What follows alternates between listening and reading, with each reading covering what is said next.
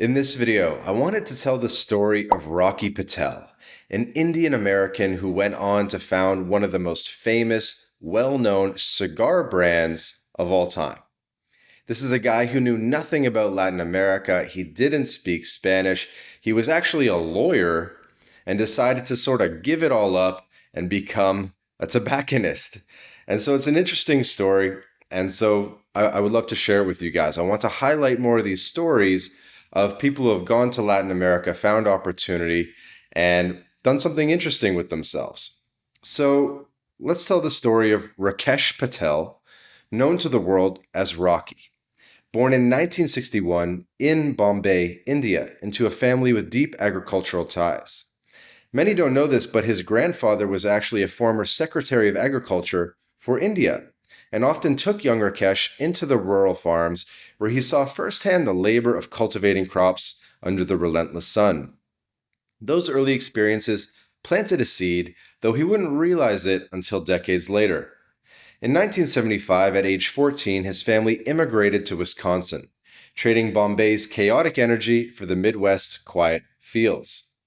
After high school, Rakesh headed to Los Angeles to study law at Southwestern Law School.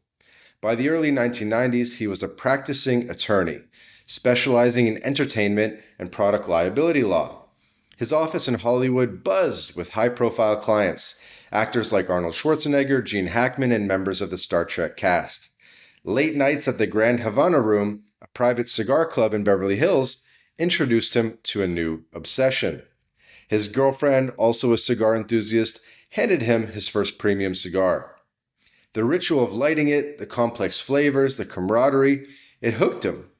Cigars weren't just a pastime, they were a culture, and Rocky wanted in. But a lot of people don't go from idea to making this a reality, and this is where Rocky really stood out. The US at the time was in the midst of a cigar boom. By 1994, sales were soaring, fueled by celebrity endorsements and a growing fascination with luxury tobacco. Rocky, in his mid-30s, saw a business opportunity. Law paid well, but the cigar world felt alive, uncharted. In 1995, he made a decision that stunned his colleagues. He sold his law practice, walked away from Hollywood, and bet everything on cigars. He had no experience in tobacco, no factory, no fields, just ambition and a knack for deal-making. His first venture was Indian Tobac Cigar Co., launched in 1995 with Philip Zangi III, a young tobacconist with ties to Honduran factories. The name came from a licensing deal with Indian Motorcycle, tapping into his rugged, all-American appeal. Zangi handled production in Danlí, Honduras, while Rocky, based in California, focused on branding and sales. They debuted at a 1996 trade show, their small booth dwarfed by industry giants like General Cigar and Altadis. Retailers, hungry for new brands, swarmed. Indian Tobac's bold packaging and affordable blends stood out, securing orders that launched the company. Success was fleeting. Rocky knew little about tobacco, leaning heavily on Zangi's experience. By 1997, their visions clashed. Rocky pushed for richer, more complex blends, while Zangi favored simpler, cheaper cigars. The partnership unraveled, and Rocky bought out Zangi's share. Now solely responsible, he faced a steep learning curve. He relocated operations to Honduras, partnering with Nestor Plasencia, a tobacco veteran whose family grew some of the world's finest leaf. Plasencia is another big brand. Rocky didn't just sign contracts, he moved to Danlí for months, living in a modest apartment near the fields. He walked the farms, studied the soil composition, and learned the art of curing and fermenting tobacco. Workers taught him to roll cigars, though his early attempts were laughably uneven. The cigar boom collapsed in the late 1990s, leaving oversaturated markets and failed brands in its wake. Indian Tobac survived, but barely. Retailers dismissed Rocky as a Hollywood outsider, a lawyer playing at being a cigar maker. Undeterred, he hit the road visiting hundreds of cigar shops across the USA. He'd walk in with a box of Indian Tobac cigars, light one up, and talk shop with the owners. He listened to their complaints, too mild, too harsh, inconsistent burns, and took notes. Those conversations shaped his blends. By the year 2000, Indian Tobac was gaining a loyal following, its cigars praised for value and improving quality. By 2003, Rocky made a pivotal move. He rebranded as Rocky Patel Premium Cigars, putting his name on every band. It was a gamble. His reputation was now the brand. He introduced the Rocky Patel Vintage Series, using tobaccos aged since 1990 and 1992. These cigars, wrapped in Honduran and Nicaraguan leaves, delivered complex flavors: cedar, spice, cocoa, that rivaled Cuban classics. Cigar Aficionado gave the vintage 1990 a 92 rating, a coup for a brand still considered an underdog. Smokers noticed and sales climbed. Rocky expanded production, leasing a factory in Esteli, Nicaragua called Tavicusa, alongside his Honduran operations. Owning a factory gave him control over every detail, from leaf selection to rolling. Rocky's work ethic was relentless. He logged 18-hour days, splitting time between factories, trade shows, and retailer visits. He'd fly to Miami, drive to Tampa, then hop to Chicago, all in a week, meeting shop owners and smokers along the way. He didn't just sell cigars. He built relationships. Retailers became allies, sharing shelf space and stories. Customers became fans, drawn to his charisma and hands-on approach. He also innovated, experimenting with hybrid tobaccos and extended aging. The 2004 launch of The Edge, a bold, full-bodied cigar with a dark Corojo wrapper, targeted younger smokers. Priced under $7, it became a bestseller, proving Rocky could compete with industry titans. The cigar business is grueling. Crops can fail from drought or disease. Factories face power outages or labor shortages.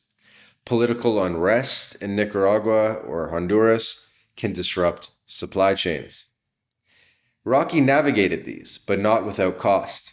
The 2008 recession slashed luxury spending, and new U.S. regulations like the FDA's 2016 tobacco oversight piled on compliance costs. Rocky lobbied in Washington, joining industry groups to fight restrictive rules while keeping his blends consistent.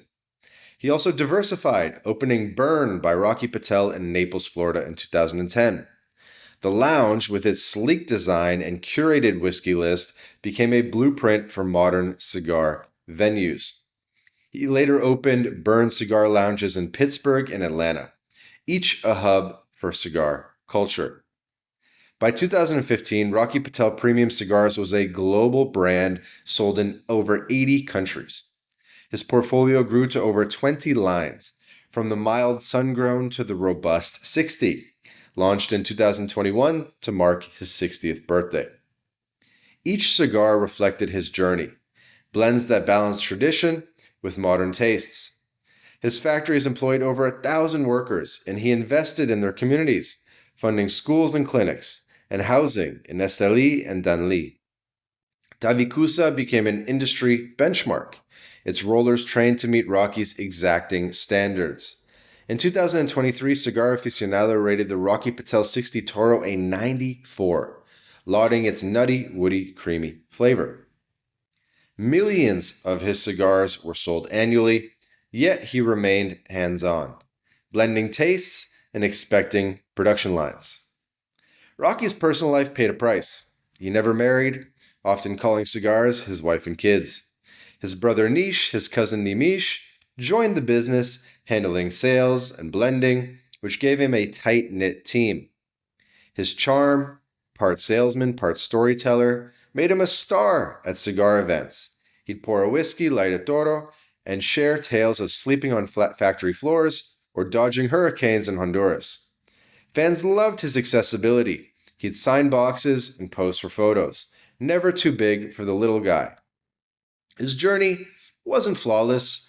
Early blends, like some Indian tobacco lines, were criticized for inconsistency. He overextended in the 2000s, launching too many cigars too fast, diluting focus. Yet he learned, streamlining his catalog and prioritizing quality. He also faced cultural hurdles, an Indian American in a Latin-dominated industry.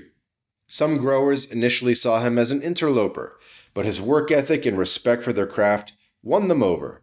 He learned Spanish, ate with workers' families, and invested in their towns, earning loyalty that fueled his success. Rocky's story is one of reinvention. He left a cushy law career for a volatile industry, trading Hollywood glitz for Central American humidity. He started with nothing, no tobacco knowledge, no factory, no name recognition. He faced a crashed market, skeptical retailers, and his own inexperience, yet built a brand that rivals giants. His cigars carry his story. Each leaf a choice, each blend a battle. From Bombay to Wisconsin, from courtrooms to cigar fields, Rocky Patel didn't just make cigars. He redefined what it means to chase a dream, one puff at a time.